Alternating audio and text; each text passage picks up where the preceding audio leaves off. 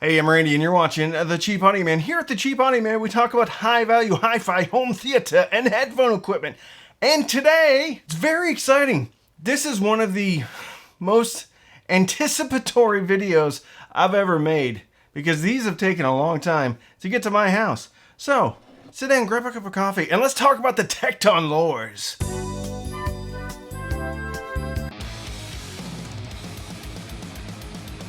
Big shout out to our sponsor today, Warby Parker. If you wear glasses or contacts or anything else, it's a great way to get glasses or contacts or anything else.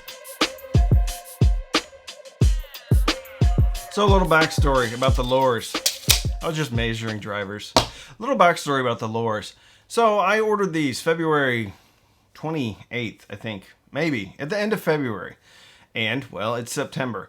So, I get it. There was supply issues with COVID and all that stuff. So I get them in, and when I was unboxing them, I heard a clunk clunk in there. I was like, well, that can't be good. Well, it turns out one of the magnets on one of the woofers actually just came off. Now, I'm not blaming Tekton on this at all because they don't make the woofer. Whoever made the woofers had an issue with it. But to Tekton's credit, I talked to Eric, and immediately he was like, send you out a new driver. Luckily, I could solder. So I was able to change out the driver, no problem, and put them right upstairs and turn them on to listen to them. They come with a 10-inch woofer. It's a paper woofer with a whizzer cone. And then a 1-inch gold dome tweeter with some Hannibal Lecter things going in front of it. He's the guy that ate people in the movies. Big shout out to today's sponsor, Warby Parker. I wear glasses. I wasn't excited when I had to get glasses. And guess what I'm even less excited about? Going to pick out glasses. That's why Warby Parker has you covered. They're going to send you a whole bunch of glasses to try on. Like these. Huh? Like these. Yeah. Actually, these are... I think I'm going to get these. They also have a bunch of sunglasses. Like these. I like these too because I feel like Matt Murdock from Daredevil. You should check that out. It's on Netflix right now. Actually, no. It's on Disney Plus now. Matt Murdock. Daredevil. Like these. Or even these. These are all pretty cool. I want to keep them all, but I can't keep them all. It's easy though because they send you the glasses that you want to try on, and then you try them on, and then you send them back, and then they put your lenses in there so you can see better because we all need glasses eventually. So Warby Parker has everything you need for happier eyes. Glasses, sunglasses, contact lenses, eye exams. You can shop online or even in stores. Best of all, Warby Parker is affordable. Glasses start at $95. That's with prescription lenses. Probably the coolest part of Warby Parker is they send you 5 pairs of glasses to try on in your home with return shipping, the label. Try them on, put them back in the box, slap on the label, send it back, then you pick the one you want. So don't delay, try out 5 pairs of glasses at home. Go to warbyparker.com/cheapaudioman. They make it really easy. There's a quiz on warbyparker.com/cheapaudioman. So the first thing you do is you put in information about your skull, then you pick the shape you like. Let's go square. And then you pick out your favorite color, which is black for me. And then the materials. I like mixed materials. And you tell them about your eye exam, and then you say, yes, show me everything, and then you enter your email. It's that easy. So run on over to warbyparker.com/cheapaudioman. Take the quiz, get some glasses, try them on at home, send them back, and then get the ones that you want shipped to you with your magic lenses inside so you can see better. warbyparker.com/cheapaudioman. The speaker has a nominal impedance of 8 ohms. And an efficiency rating of 98 dB, which is really, really high. Which means you can run this on low-powered amps. But you probably shouldn't. Because for me personally, I got the best out of these speakers when I had them on the Skit Vidar. Tried them on a few different amps, okay? The Vista Audio Spark. It's a 20-watt amplifier. They sounded okay on that, but not nearly as good as they sounded on the Vidar. Then I tried them on the Boot Card, their integrated amp, which has gobs of power. But again, that didn't sound great. That was a little bit warm for these speakers. Vidar was kind of the best bet. I wasn't even running a preamp. I was going Weem Mini Streamer to the Denafreps Aries 2 into the Vidar, and then I was controlling volume digitally. 39 inches tall, 12 inches wide, 13 inches deep. 60 pounders. I was just carrying them downstairs over my shoulder so that I could put them in this video, and I'm so glad I did because you can see like none of the speaker here. I would pick them up above my head, but I'd knock everything else and probably blow out a rotator cuff. Manufactured in the USA. They come in a variety of colors. This one is orange. As far as the aesthetics go, this kind of has the vibe of a very well done, not taking anything away from Tekton, very well done kit speaker. It doesn't feel like the factory vibe from a Polk or from an ELAC or Wharfedale, and good. I'm glad it doesn't, because that means the money, the effort is going to how the speaker sounds versus how the speaker looks. It still looks good. Don't get me wrong. I like this orange. On the back, the binding posts are just kind of stuck in there. It doesn't bother me at all.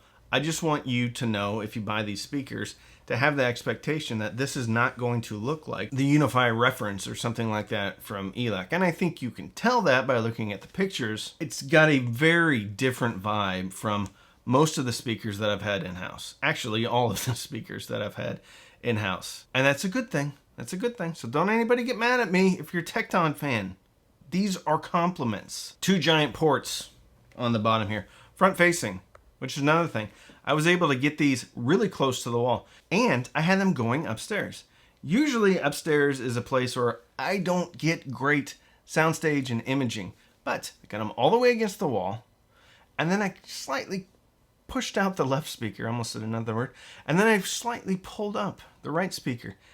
And I had the best imaging I have ever had upstairs with these speakers. I have 2 walls right to the left of the speaker. So I had to kind of move that one pointing out a little bit, and then the right one kind of towed in towards me and then pulled forward a little bit. Brilliant. Brilliant soundstage and imaging. Speaking of soundstage and imaging, let's talk about soundstage and imaging. Also, I ordered grills, but I don't have the grills. And I didn't get spikes or things on the... I gotta talk to Eric. I'm sure he'll send them out. But, order grills. No grills. Luckily, none of my children have stuck their finger through the woofer. Anyway, soundstage and imaging. Really good. Really good. It was confined between the speakers, between 2 speakers. Other speakers maybe have a bit of a better lateral soundstage. I thought this was going to have horrible vertical off-axis performance, and I was really surprised it didn't. Even when I stood up, I was listening to Give Me One Reason. I thought if I stood up, it was going to sound absolutely horrible, completely drop off. It dropped off a little bit as far as the top end, but not nearly as much as I thought it would. Chocolate chip trip, eulogy, all the Tool stuff. It was great. Soundstage and imaging was great, and by getting those speakers just in the right position, I had a locked on center image. I had perfect travel from left to right of the speakers. It was really good. Performers in space, generally singer right in front of me, a little bit of forward to aft imaging and placement. This, of course, is all going to be dependent upon your room. As I stated above, I have very difficult time getting good soundstage and imaging upstairs. Till the Tekton lures came into the house. Let's talk about bass. Holy cow. Now, these are a big speaker, right? And they claim that they're full range speakers. And guess what? They are, because they passed the Narcissistic Cannibal test at the 1 minute mark. Narcissistic Cannibal by Korn. It's a great band. You should check them out. I just saw them in concert a couple of weeks ago. Actually, I think last week. Maybe 2 weeks. Anyway, at the 1 minute mark, it goes doo-doo, very far down, and it was great. I heard it. There was no leaning in to hear that part. Now, it didn't overwhelm me, but I did definitely hear that. I don't know what frequency that's at. Maybe I should figure that out. But it's low, and most speakers, even tower floor standing speakers, cannot handle that point in the song. Good. Bass clarity, tone, texture, excellent. Miles Davis, the stand-up bass, was brilliant, almost airy bass. It's really neat. Plucky. The God That Failed, Metallica, again, plucky. Boo-doo-doo-doo-doo-doo-doo. Yeah, it was good. Bass punch, however, is not as much as you think it would be with a 10-inch driver. I have had more than one conversation with many of my patrons about, even though you may have a large woofer, it doesn't mean you're going to have a ton of bass punch. It can mean you have great bass extension, and in the case of the Tekton Lures, there is great bass extension. As far as punch goes, it was a little bit lacking, but I think I'd rather have bass extension than bass punch. With a little bit of EQ, I was able to get just as much bass punch as I wanted. But Intergalactic by the Beastie Boys, not as punchy, not as visceral as I have heard.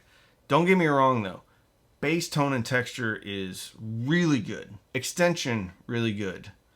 Punch, not as good, but you generally can't have great punch and great extension all at the same time. Also, it could be a bit to do with my room, although I've heard speakers in that room be very bassy, but not as extended. Little bit of give and take here. What I would recommend is if you want more bass punch, use tone controls, because when I EQ'd these, I got them sounding just about perfect for me. I'm not saying the way that I EQ'd them is perfect for everybody. No, just for me. Let's talk about midrange. Midrange, going back to The God That Failed by Metallica.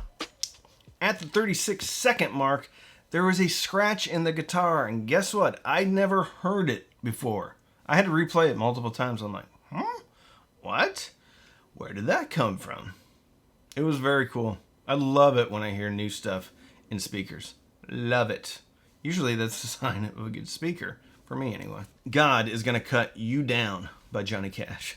Anyway, he was right in line with the band, which is interesting because a lot of times he's forward of the band. And if it's a forward speaker, he's very forward of the band. It was well done. I don't think there's any scoop out here in the mid-range. I think there might be a slight bump around the 2800, 3K area. People probably say that's actually the treble. But it was on the top of some voices. It wasn't resonant at all. It just was a little bit kind of forward and then it would come back down.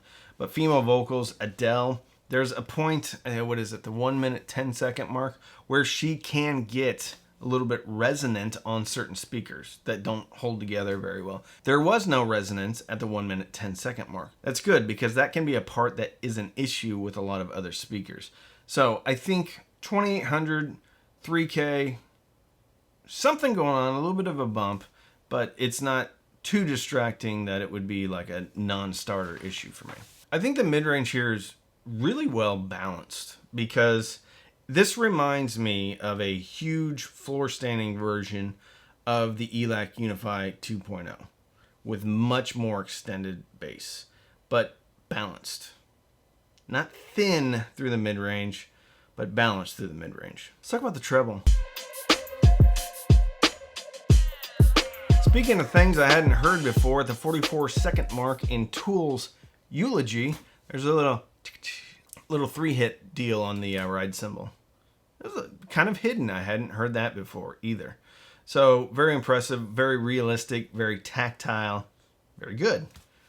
Sounded like a ride cymbal should sound like. Nirvana MTV Unplugged, dumb.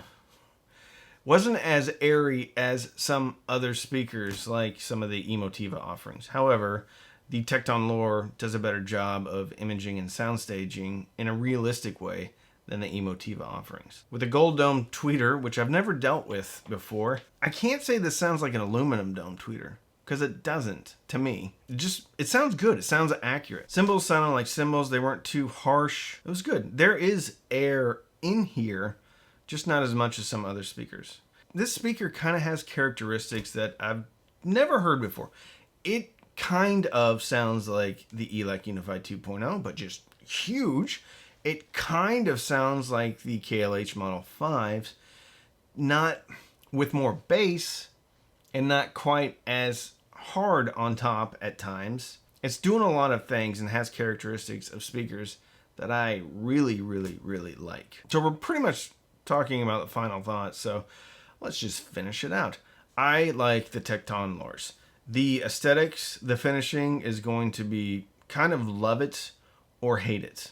This is very very much a departure from most factory speakers. However, if there's an issue, you get to talk to the owner, which is pretty cool. I mean, there's not a lot of other companies out there that you're going to have Eric pick up the phone if you have any issues. This speaker was really engaging. Plays big in between the speakers though. The more I listened to the speaker, the more I liked it. It comes in at just under $1,100. At $1,100, you're competing with Emotiva T2 Plus. I think that might be around $1,100. You're competing with a lot of the other tower speakers, like from Klipsch, maybe the RP6000F. Polk R series, I don't know if you're going to get those right at $1,100. Those speakers all have multiple drivers. I wouldn't count the Lure out though, because it's doing some special things. And I think, I'm not going to say the Lure is better than these other speakers, because frankly, I haven't heard a lot of tower. I'm not a huge tower floor standing speaker, but truth be told, I would probably choose the Lures over the KLH Mono 5s. Not because they just walk all over the Mono 5s sonically, but because they're significantly cheaper. And I had some of the similar experiences, similar feelings from the Mono 5s with the Lures. Special speaker, a little bit different from anything else I've heard. Now, I want to talk about the efficiency. One would think, okay, I'd throw a tube amp on here and it's going to sound great. For me, the best amp that I paired with this was the Vidar, which puts out a good amount of power. So your mileage may vary when it comes to lower powered amps, tube amps, anything else like that. I'm not going to sit here and say, oh yeah, just throw a 2-watt tube amp on here and it's going to be perfect. It could be. I never did it because once the Vista Audio Spark was kind of ho-hum with it, I just said, I'm not going to put a 2-watt, tube cube amp on here. I'm put the Vidar in here. And that was the ticket for me personally. For you, maybe it's going to work with a 2-watt tube amp or something. Do I think they're worth it? At $1,000, yes, because they have characteristics of other speakers that I like and they're significantly lower priced. They also have some magic to them. Tone texture in the bass, extension in the bass, clarity in the highs, a bit of a pop somewhere around the 2,800 to 3K range for me in my room. Could just be my room. However, I haven't heard that on other speakers before. Overall, great speaker. So, if you want to support the channel, you can sign up for Patreon, patreon.com/cheapaudioman. Every Sunday night, we have patron-only Zooms, patron-only Discord group, patron-only Facebook group. We do patron giveaways. You can also sign up for Amazon Music, Tidal Music, links in the description. You can also use the links to buy products. Those are affiliate links. Except with Tekton, I do not have an affiliate relationship with Tekton, which means if you click and you buy, I get nothing. But don't let that dissuade you from buying a pair of Lures if you want a pair of Lures. I'm going to link the Model 5 review somewhere around here. If you want to check that out, check it out. So don't binge watch anything on Netflix or Hulu. Binge listen, maybe through your new orange Tekton. Oh, by the way, this reminds me, my first car, Dodge Aspen RT, came in a color almost exactly like this. Dodge Aspen RT. There weren't very many of those made. Anyway, don't binge watch anything on Netflix or Hulu. Binge listen through your Dodge Aspen RT colored speakers, the Tekton Lures, and fill your soul with happiness. And with that, I'm Randy. I'm the Cheap Audio Man.